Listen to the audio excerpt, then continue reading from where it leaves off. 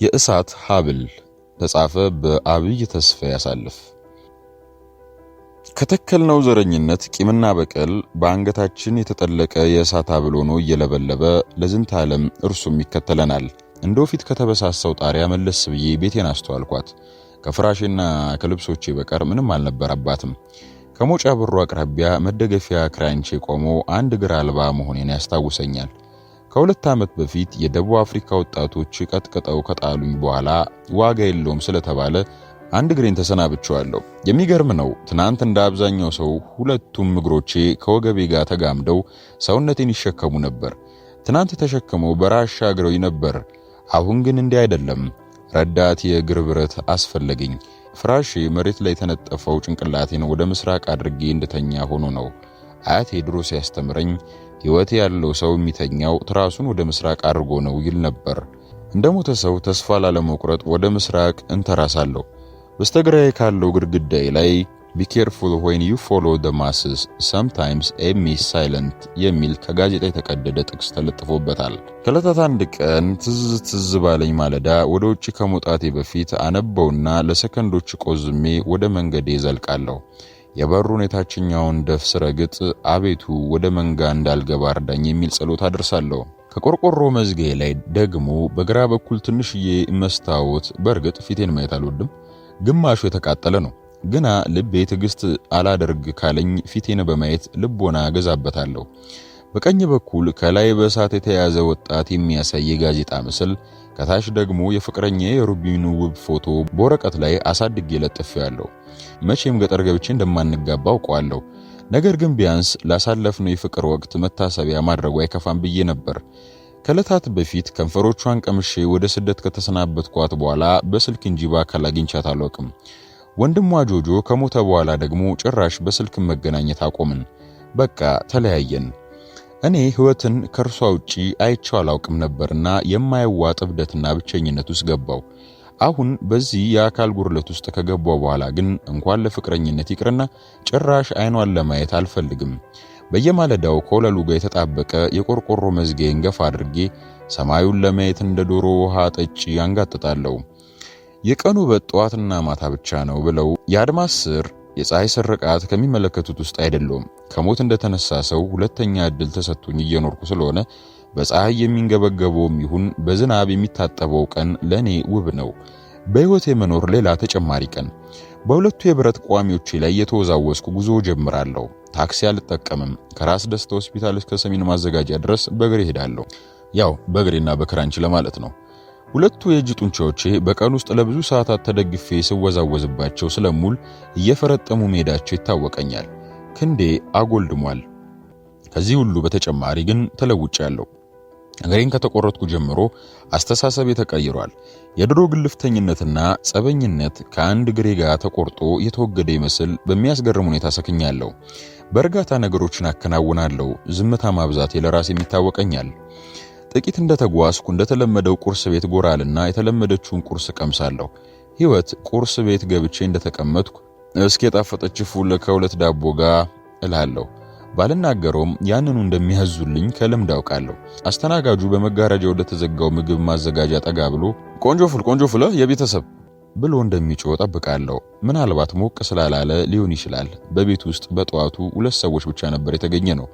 ከፊት ለፊት የተቀመጠው ሰውዬ አምባሻውን ሻይ ውስጥ እየነከረ ይገምጣል። ሻዩ ቢጫ ሆኗል። የተጨማደደ ፊቴን የበለጠ ጭምድድ አድርጌ አስተዋልኩት። እንብላ ጌታው። እጁን ዘርግቶ አምባሻውን ጋበዘኝ። ብላህ የተባረከ ይሁን እደርሳለሁ ስል መለስኩ። በረጃጅሙ ካሳደጋቸው የጣቶቹ ጥፍሮች ውስጥ የተመረገውን ቆሻሻ ስመለከት የራሴን ጥፍሮች አስተዋልኩ። ጥፍሮቹ የአእምሮ መምተኛ ጥፍሮች ይመስላሉ። ቁርስ የመብላት ፍላጎቴ ሲሸሽ ታወቀኝ። ፊትህን ምንድነው እንዲያረገው በሞቴ ሲል ፍጥጥ ብሎ ጠየቀኝ። ዝም አልኩት። አብሮ አደግ ወንድሜ አሲድ አስደፍቶብኝ ነው ማለት አስጠላኝ። እንዲህ ፍጥጥ ብሎ ምን አቃጠለ ብሎ የጠየቀኝ አንድም ሰው አጋጥሞኝ አያውቅም። ሰውየውም ቀውስ ነገር ሳይሆን አይቀርም። ፊቴን ወደ ውጭ መለስ አድርጌ መንገዱን ማስተዋል ጀመርኩ። ሰሜን ማዘጋጃ አደባባይ አጠገብ ከምትገኘው የደላላ ቢሮዬ፣ ያው የቆርቆሮ ቤትን ቢሮ ነው መቼም፣ ጆጆ የድለላ ስራ ትባላለች። የተሰየመችው በጓደኛዬ ስም ነው በነገራችን ላይ።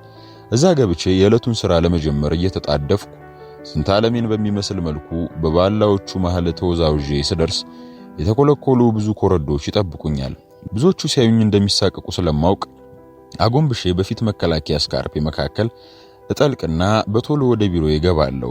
የፊቴ ጠባሳ እንደሚያሸማቅቅ አውቃለሁ። እኔ ለራሴ በመስተዋት ሳየው እንኳ በየዕለቱ ደነግጣለሁ። አልተቀበልኩትም። የቤት ሰራተኛ፣ የቡና ቤት፣ የሆቴል ወይም የኬክ ቤት አስተናጋጅ ወይ ደግሞ ትዳር ፈላጊ ወይም ሌላ ነገር ቤት፣ ቦታ፣ ዕቃ የሚገዛ የሚሸጥ እግዚአብሔር ይመስገን ስራ ሞልቶኛል። ሰዎች እርሱ ታማኝ ሰው ነው ሲሉ ሰማለሁ። ምን ያህል ታማኝ እንደሆንኩ እኔ ራሴ አላውቀውም። በእርግጥ ምናልባት የዋህነት ጨርሶ በነጠፈበት ዓለም ጥፍጣፊ ዝነት በልባቸው ከቀረ ሰዎች ማለት ሳልሆን አልቀርም። ለሰዎች ይቅርታ በማድረግ ለራሴ ሰላም ለማግኘት የምታትር ሰው ነኝ። ጨለም ካለው የክፍሉ ጥግ ገብቼ ወንበሬ ላይ ከተደላደልኩ በኋላ ለምዝገባ አዘጋጃለሁ። የሥራ ፕሮግራሜ ጠዋት ሥራ ፈላጊዎችን መመዝገብ ሲሆን ከሰዓት ደግሞ ወደ ፈላጊዎቻቸው ማድረስ ወይንም በቀጠሮ ለሚመጡት ማስረከብ ነው። ለጥቆ የመጀመሪያዋ ልጅ ትገባለች። የመጀመሪያዋን ነጭ ወረቀት አውጥቼ ፎርም መሙላት እጀምራለሁ። ያው በእርግጥ ፎርሙ ማንበብ አያስፈልገኝም፣ ገና ድሮ በቃሌ ሸምድጄዋለሁ። ሙሉ ስምሽ ስለ ጠይቃታለሁ። ምን ትዋቡ አለ። በደንብ አትታየኝም፣ ግን ወደ ጨለማው ጥግ እያጨረቆረች ክፍሉ መብራት የለውም እንዴ? ጨለማ ውስጥ ሆነ ያስፈራል። ለራሴ ፈገግ እላለሁ። የውስጤን ጨለማ ለማብራት እየለፋው ስለሆነ ነው ብዬ በሐሳብ መለሳለሁ። መብራቱን ስላልፈለኩ ነው። መታወቂያ ኮፒ ይዘሻል አይደል አልኳት። ይኸው ኮፒ አድርጌያለሁ። እጇን እየዘረጋች በአየር ላይ የተዘረጉ ጣቶቿን አስተውላለሁ። በጥንቃቄ የተከረከሙ ባደጉ ጥፍሮች ላይ ደብዛዛ ቀይ ቀለም የተቀቡ ውብ ጥፍሮች የደግ ሰው ጥፍር ይመስላሉ እላለሁ በሐሳቤ። የሩቢን ጣቶች ይመስላሉ። የምትፈልገው የሥራ አይነት ምንድነው? ለ3 ወር ጥሩ የሚከፍሉ ሰዎች ጋር የቤት ሰራተኝነት። ቀና ብዬ አስተውላታለሁ። ቀልዷን አልነበረም። ለምን 3 ወር ጠየኳት። ከ3 ወር በኋላ ዩኒቨርሲቲ ስለሚከፈት ትምህርት ገባለሁ። ግንባሬን ከስክሼ አስተውላታለሁ። በማፈር አንገቷን ትሰብራለች። ጣቶቿን እየፋተገች ግን ኩት ብሔር የሆነ ሰው ቤት ብታስቀጥረኝ ደስ ይለኛል። አለ አይደል ሌላ ቦታ ያስፈራል።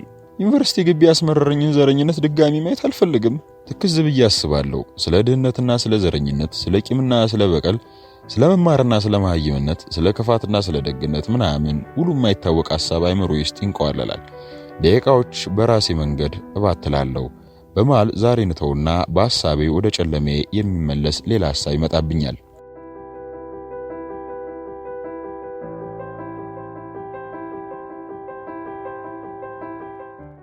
አንድ ቀን የቤት አከራይን የመግቢያ በር ጉበን ወደ ምድር ጎንበስ ብዬ ወደ ውስጥ ዘለኩ። ወደ ምድር ከመጎንበሱ የተነሳ እንኳን እኔ ቀርቶ የመንደሩ አጫጭር አሮጊቶች ሲገቡ ይጎብጣሉ። አባባ ከድንክ መኝታቸው ላይ ጠቅለል ብለው ነበር። ወደ መሬት ከሰረጎደችው ድንክ መሃል አንድ ሽማግሌ ተኝተዋል ብሎ ለመገመት ይከብዳል። እኔ ራሱ በየቀኑ ከዚህች አልጋ መሃል የመገጣጠሚያ ዘይታቸው አልቆ አጥንታቸው የሚንቋቋ ሽማግሌ እንዳሉ ካላዩ አላምነው። ገና ቁጭ እንዳልኩ ጭንቅላታቸው ላይ ጣል ያደረጓት ጥቁር ያው በፊት ነጭ ነበረች፣ በርግጥ ያው ነትባ ነው። የጋቢ ቁራጭ ዝቅ አደረጉና ጥያቄያቸውን ያከታትሉ ይጀምራሉ። ባለፈው ጥቁር ሰውዬ ምን አለኝ ነበር ያልኸኝ? በአይኖቻቸው ዙሪያ እንደተጠቀለለ ፌስታል የተጣጠፈውን ቆዳ እየዘረጋጉ ባንከሩ ያስተውሉኛል። በስደት ከምኖርበት ደቡብ አፍሪካ ከተመለስኩ 2 ዓመት አልፎኝ ነበር። ጥቁሩ ሰውዬ የሚሉኝ ደቡብ አፍሪካው ጓደኛዬም ታቦን ነበር። ፎቶን አሳይቻቸዋለሁ። ጥቁረቱ ቅላት፣ ነጭነት ወይንም ቢጫነት ምን ዋጋ አለው? ፊትን አንድ ቀን አሲድ ወይ እሳት ካገኘው ቀለምን ያጠፋዋል እያልኩ አስባለሁ። ስለምን አልኳቸው የወጋችንን ጫፍ ለማግኘት። ብዙ ነገር አውርቻቸው ነበር። አሁን የሚጠይቁኝ ገብቶኛል። ነገር ግን ሽማግሌው ነገሮችን ስለሚረሱ እንዲያረጋግጡልኝ ፈልጌ ነበር። በዚህ ሰፈር ቁጭ ብዬ ላውራቸው የምችል ሰውዬ እነዚህ ሽማግሌ አከራዮችን ብቻ ነበር። ሕፃናት ፊቴን ሲፈሩት፣ አዋቂዎቹ ይጠየፉታል። ስለ ነጻነት፣ ስለ ዘረኝነት አደጋው እንዴት እንደደረሰ ነበር ያጫወትከኝ። ወደ ጨለማ ይስቡኛል። አልጠላውም፣ አልወደውም። ምላስ ላይ እንደተቀመጠ የሐሞት ጠብታ ይሰማኛል።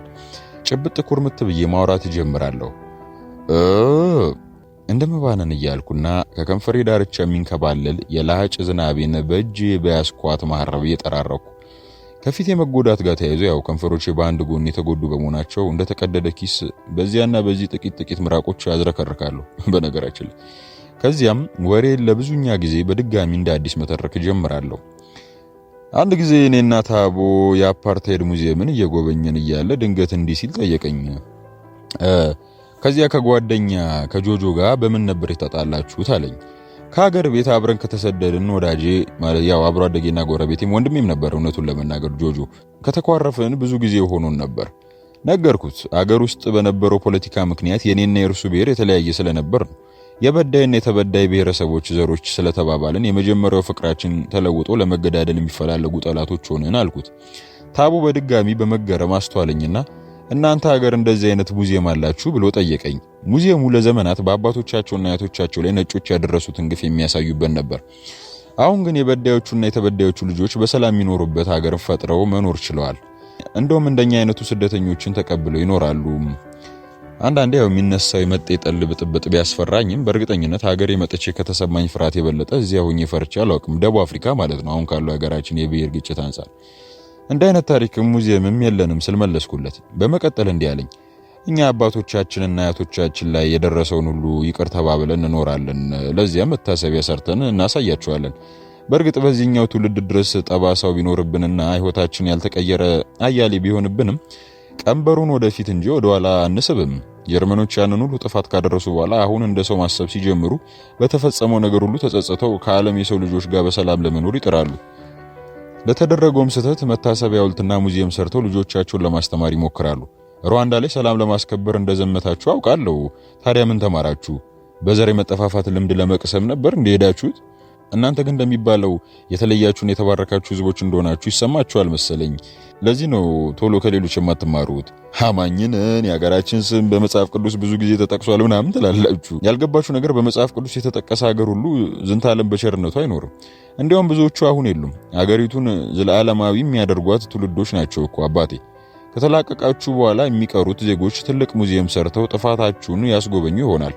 ብዙ ዩኒቨርሲቲ ከሰራችሁና ትውልድ ካስተማራችሁ ወጣቶቻችሁ ታዲያ እንዴት ከዘረኝነት አልወጡም?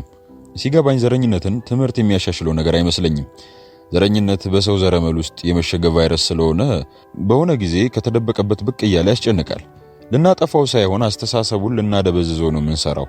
አስተሳሰብ ከፍ ሲል መንደራዊነትን እየተውክ ዓለማዊ ትሆናለህ እንጂ ቀለም በመቁጠርና ክፍል በመሻገር ብቻ አይቀየርም ስል መለስኩለት። ብዙ ፕሮፌሰሮችና ዶክተሮች ይገርማል የመጠፋፋት እቅድ ነዳፊዎች ሆነው ብዙ ቦታ ይታያሉና ከዩኒቨርሲቲ መመረቅ ትርጉም የሚሰጥ ነገር አልመሰለኝም ታቦ። አሁን እኔ አልተማርኩም፣ ግን በዘር ለመጨረስ ከሚንቀሳቀሱ መንጋዎች አይደለሁምም አልገባም ስል አስረግጬ ነገርኩት። ከዚህም የሚልቅ ብዙ መልስ የነበረኝ ቢሆንም ዝም አልኩት። ስንቱን ላስረዳው? የአሳ ማስገር ስራ ውስጥ ለኖረ ሰው የአሳው ግማት የሚጀምረው ከጭንቅላቱ መሆኑን ላስተምረው አይቻለኝም። በመጨረሻ በመተከዝ እንዲህ አለኝ። ይልቅ ከጓደኞች ጋር ይቅር ተባባሉና ሰላም አውርዱ። በወጣቶች መሃል እንዲህ አይነት ነገር ይደብራል ነው። የአንድ ሀገር ልጆች እንዲሁም ደግሞ በሰው ሀገር የምትኖሩ ስደተኞች ሆናችሁ እንዲህ መሆን አይለባችሁም። በሐሳብ ወዲያው ተስማማው። ድሮስ መቼ ጠላኋቸው? እነሱ ናቸው ያገለሉኝ። እናም ታቦ የመከረኝን ያን ዕለት ሳወጣ ሳወርድ አድሬ በማግስቱ ጓደኛዬን ይቅርታ ልጠይቀው አስቤ ወደሚሰራበት መንደር ሄድኩና በሰው ሀገር እንደ እባብ ተቀጠቀጥኩ ማለት ነው። ሰላይ ነው ብለው የአገሬ ሰዎችና ወንድሜ የምለው ጓደኛዬ አስቀጠቀጡኝ። ለአገሬው ጎረምሶች ጥቂት ራንድ ከፍለው መጫወቻ እንደሆን ተደረገ። እንግዲህ በራሴው ሰዎች ማለት ነው። አስቡት። የነቃውት ኦክላንድ ፓርክ ከሚገኘው ሄለን ጆሴፍ ሆስፒታል ራሴን ስቼ ለቀናት ከተኛው በኋላ ነበር። አንድ ግሬ በቦታው አልነበረም።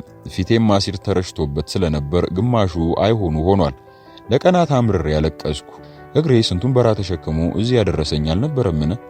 ፊቴስ ከሰዎች ፊት መቅረቢያ የሆነ የምመካበት ውፊት አልነበረምን?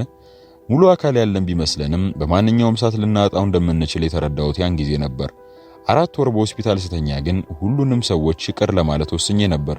እንዲህም ሆኜ የምትቀረኝን ጥቂት ህይወት ከኖርኩ በጸጸት ላለመኖር ወስኜ ነበር። ያንን እቅዴን ለታቦ ስነግረው በጣም ተደስቶ አቅፎ ስሞኝ ነበር። ግን ውጤቱ እንደዛ አልሆነም።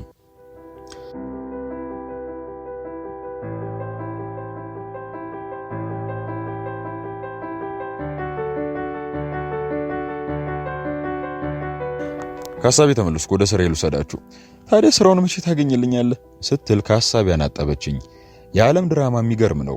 አንዳንድ ሰው በበጋ ለሚማርበት በክረምት ሰው ቤት ተቀጥሮ ለመስራት ያስባል። ሌላው ደግሞ አስተማሪው ከቤቱ ደጃፍ የሚመላለስ እንኳን አይፈልገውም። በጣም የምትፈልገው ይርቀሃል፣ የምትጠላው በዙሪያ ያንዣብባል እንዲሉ ምኞትሽ እንደዛ ከሆነ ለምን ኬክ ቤት አትሰሪም? ጥሩ ቲፕ ታገኛለሽ አልኳት። የተሻለ ብር ማጠራቀም ይሳካልሽ ይሆናል ስልም ምክር ቤት ጣል አደረው። አይሆንም፣ እሱንም ሳላስበው ቀርቼ አይደለም። ማደሬና ጧት ማታ የምበላውን ማሰብ አልፈልግም። የዚህ ሀገር ቀጣሪ ደግሞ በስትሮ እንደሚመጠጥ ጭማቂ ነው ጉልበትን የሚመጣው። መጥመጥ እኮ ነው የሚያደርገው። አምና እንደዛ ነበር የሰራሁት፣ ግን ለትምህርት የሚሆን ምንም ጉልበት ሳይተርፈኝ ነበር የወጣሁት። ጥሩ አልነበረም። ትንሽ የተሻለ የሚከፍሉ የኩት ብሔረሰብ የሆኑ ብሔረሰቦች ጋር ብታገናኝልኝ ይሻለኛል። ወንደላጤም ባይሆን ጥሩ ነው። እየፈገገች ነበር እንደዚህ ደግሞ የምትለኝ።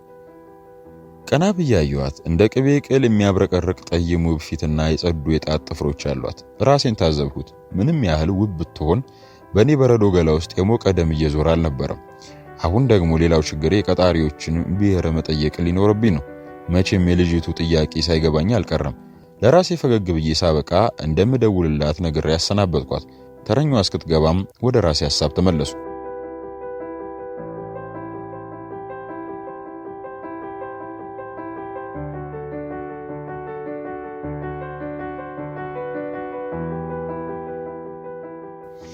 በደቡብ አፍሪካ በ1980ዎቹ ሰዎችን በተለይ በእነሱ የተቃውሞ ትግል ወቅት ለፖሊስ ይሰልላሉ ብለው የሚጠረጥሩትን የራሳቸውን ሰው ማለት ነው አሰቃይቶ የሚገሩልበት መንገድ ነበር።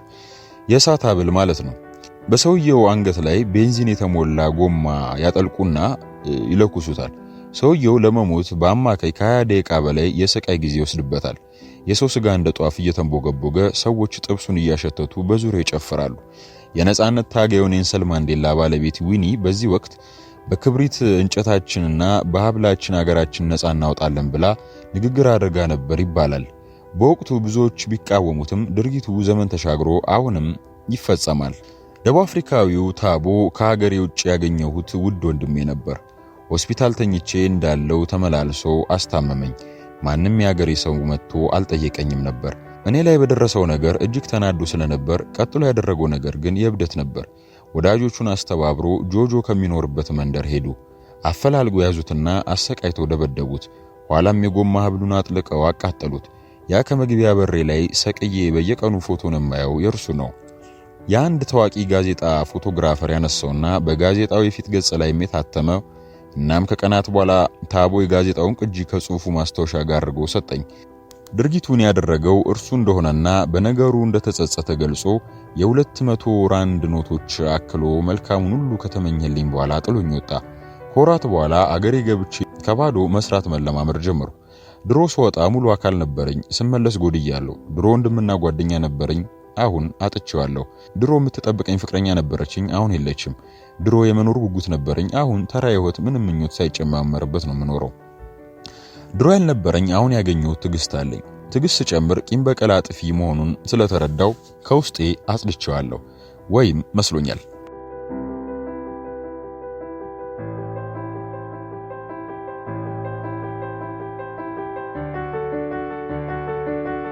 ወደ ስራዬ ልመለስ። የምትለጥቀው ደንበኛ ስትገባ ከገባውበት የሐሳብ ወጥመድ በድጋሚ ወጣውና አይኖችን ጎልጉያ ፈጠጥኩባት። በመቀጠል በአንድ እግሬ ተንስፈንጥሬ ከመቀመጫዬ በመነሳት ወደፊት ለፊት ያሰገኩ። ልጅቱ ሁኔታዬንና የተቃጠለ ፊቴን ስታይ ደንግጣ በመጮህ ዘላ ከቤት ወጣች። ራሴን መቆጣጠር ተስኖኝ ነበር። እየተስፈነጠርኩ ተከትያት ወጣውና በትኩረት አየዋት። አሁን ራሷ ነበረች።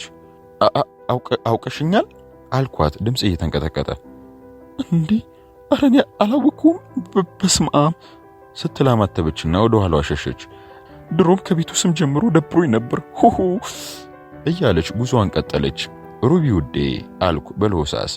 አሁን በእርግጠኝነት ራሷ ነበረች። እንደ ግንድ ተጎርጄ እንደ ከሰል ነድጄና ተቃጥዬ አይታኝ በእርግጥስ እንዴት ታውቀኛለች? ከወለሉ ላይ ዘርፈጥ ብዬ ተቀመጥኩና ፊቴን በማሐረብ መጠራረግ ጀመርኩ። ላጭ ወይም ላብ አልነበረም የጠረኩት፣ እምባዬ ከዓመታት በኋላ ለመጀመሪያ ጊዜ የተንፎለፎለ ነበር። ሩቢ እንኳን በማትለየኝ ደረጃ ጠፍቻለሁ። አሁን ሌላ ሰው ነኝ ማለት ነው። ከተከተልነው ዘረኝነት፣ ቂምና በቀል በአንገታችን የተጠለቀ የእሳት ሀብል ሆኖ እየለበለበ ለዝንተ ዓለም እርሱም ይከተለናል።